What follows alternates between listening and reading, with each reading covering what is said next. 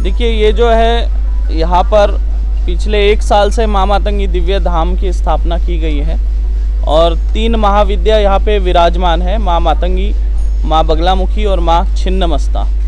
तो यहाँ पर जो है दूर दराज से लोग आते हैं, उनके जीवन में जो भी समस्या होती है, समस्या लेकर यहाँ आते हैं और माता रानी की कृपा से वो दूर होती है।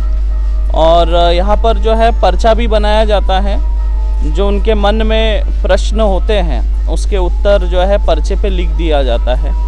और माता रानी से प्रार्थना करते हैं हाथ जोड़कर कि जो व्यक्ति सामने बैठा है उसके जीवन में जो परेशानी है या जो परेशानी लेकर वो आया है, तो वैसी प्रेरणा जो मन में आती है वो हम लिखते जाते हैं और वो माता रानी की कृपा से जो है सही भी साबित हो जाती है। आप किसी के बारे में कैसे जानते हैं, क्या इसका लॉजिक? ये देखिए, ये माता रानी से प्रेरणा मिलती है, मन में जो आता है वो लिखते जाते हैं। माता रानी से प्रार्थना करते हैं कि अमुक व्यक्ति जो सामने बैठा है इसके बारे में कुछ प्रेरणा दी जाए, तो जो प्रेरणा आती है वो लिखते जाते हैं और वो 100% सत्य हो जाता है। ये क्या कोई सिद्धि है? ये माता रानी की कृपा है, आशीर्वाद है। बाबा जी, आप बने कैसे, विद्या में आए आप? जी, आपको जो ये मिला? जी देखिए, ये जो है इस क्षेत्र में आने की जो है बचपन से ही मेरी इच्छा थी, क्योंकि घर का जो वातावरण था वो आध्यात्मिक वातावरण था। मेरे माता पिता हमेशा जो है आध्यात्मिक बातें करते थे और लगता था कि ऐसी कोई सिद्धि साधना हो या आध्यात्मिक मार्ग में आगे जाना चाहिए। तो इसीलिए जो है बहुत कम उम्र से 7-8 साल के उम्र से ही जो है मैंने ये सब मतलब भक्ति मार्ग को चुना था। और आसाम में मेरे गुरुदेव थे जिनका नाम समेर दास जी महाराज, जो अभी मतलब जो है स्वर्गवासी हो चुके हैं।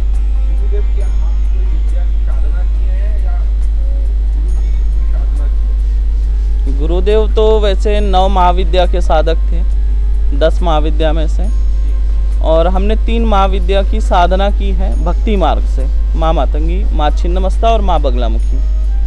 कितना समय लगा आपको ये जो आपने साधना की, या कितने समय लगा? लगभग 14 साल के आसपास। 14 साल आप आसाम में रहे? आसाम में रहे जी। अच्छा, कामाख्या देवी के शरण में आके आपने साधना की थी? जी, पहले तो वहीं से सफ़र शुरू हुआ, क्योंकि माता रानी के चरणों में नतमस्तक होके फिर वहीं से जो है गुरु दीक्षा लेकर फिर आगे साधना मार्ग में आगे बढ़े थे। तो ये आपने जो ये संगीत दरबार दिव्य चमत्कारी धाम बनाया है, जी, ये कब से शुरुआत की आपने अपना? इसकी शुरुआत लगभग 3 साल से ऊपर हो गए, 2018 से। 4-5 साल हो रहे हैं? हाँ, हाँ। 2018। अच्छा, हाँ, कहाँ से? पहले शिविर, पहले नहीं, पहले शिविर होते थे हमारे। अच्छा। पहले शिविर लगते थे अलग अलग राज्यों में, और आज भी शिविर लगते हैं हमारे। उसके बाद जो है हमारा पहला जो दरबार है वो उड़ीसा में बना है, और उड़ीसा के बाद यहाँ पर बना। तो उड़ीसा वाला चल रहा है कि बंद है? उड़ीसा वाला अभी इसलिए बंद है क्योंकि वहाँ पे साइक्लोन वाली स्थिति हुई थी, तो उसके चलते जो दरबार हॉल जो है प्रीकास्ट वॉल से बना था तो वो उड़ गया था, अब उसका रिकंस्ट्रक्शन होना है। और ये इसलिए हमने चुना छत्तीसगढ़, क्योंकि ये एक देश का मध्यम भाग आता है और आने जाने के लिए लोगों को सुविधा होती है, और प्लस मुझे भी जो है वहाँ का जो वातावरण है वो सूट नहीं हो रहा था, गर्मी बहुत ज़्यादा, हुमस बहुत ज़्यादा थी, फिर इस वजह से यहाँ पे आए। तो ये जो भूमि है नहीं, देखिए क्या है, जैसा मुझे आया मैंने वैसा लिख दिया। अब वो डाला गया या उसमें बना वो अलग बात, लेकिन मेरे मन में जो आया मैंने वो लिख दिया। बिल्कुल बिल्कुल बिल्कुल आ सकते हैं, ऐसा नहीं है।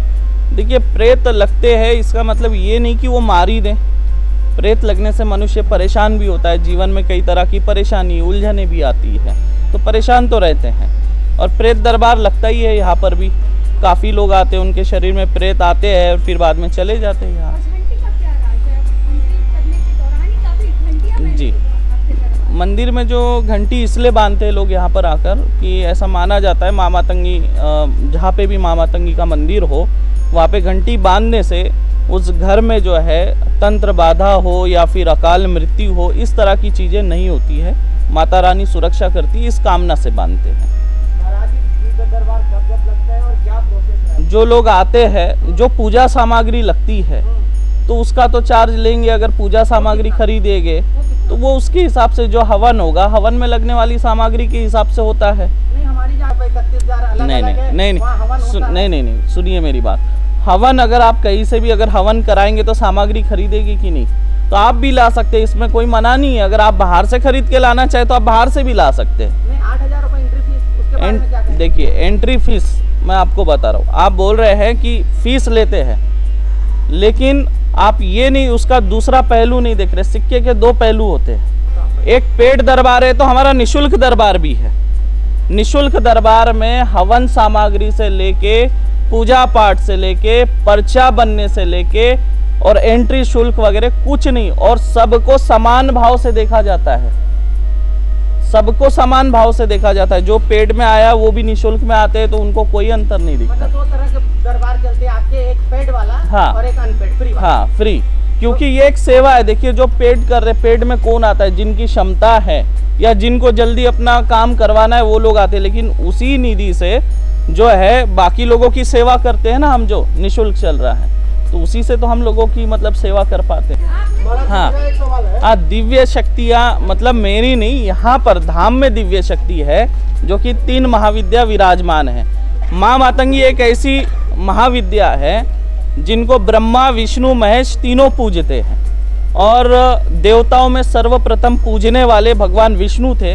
माँ मातंगी के कृपा आशीर्वाद से आज इस सृष्टि के पालनकर्ता बने हुए हैं, माता मातंगी के आशीर्वाद से। और मतंग महादेव का रूप जो है शिवजी ने धारण करके माँ मातंगी से जो है दीक्षा भी प्राप्त की है। तो